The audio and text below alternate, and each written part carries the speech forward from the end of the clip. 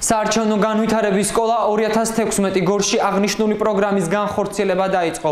სასწავლო კურსის მონაწილეები 10 დღის განმავლობაში საარჩევნო პროცესების შესახებ გადამზადებიან. გორში სწავლებაში მონაწილეობის მისაღებად რეგისტრაცია 38-მა ახალგაზრდამ გაიარა, რის შემდეგაც 25 შეირჩა.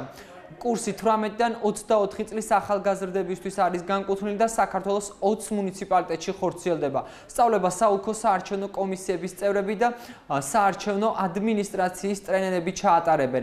46 ტრენერი CESCO-ს სწავლების ცენტრმა გადაამზადა. საარჩევნო განვითარების სკოლა ევროპის საბჭოს და საარჩევნო სისტემების საერთაშორისო ფონდის მხარდაჭერით ხორციელდება.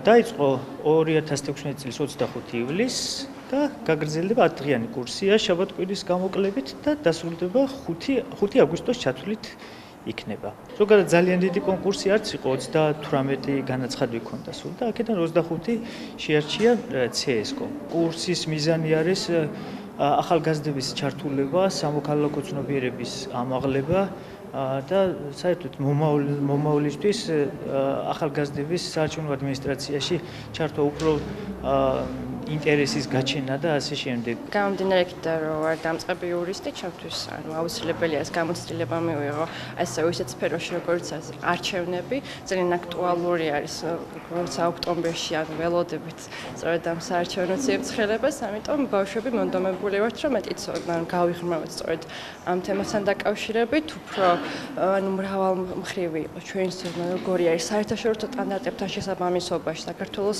კანონმდებლობა საარჩევნო კუთხით.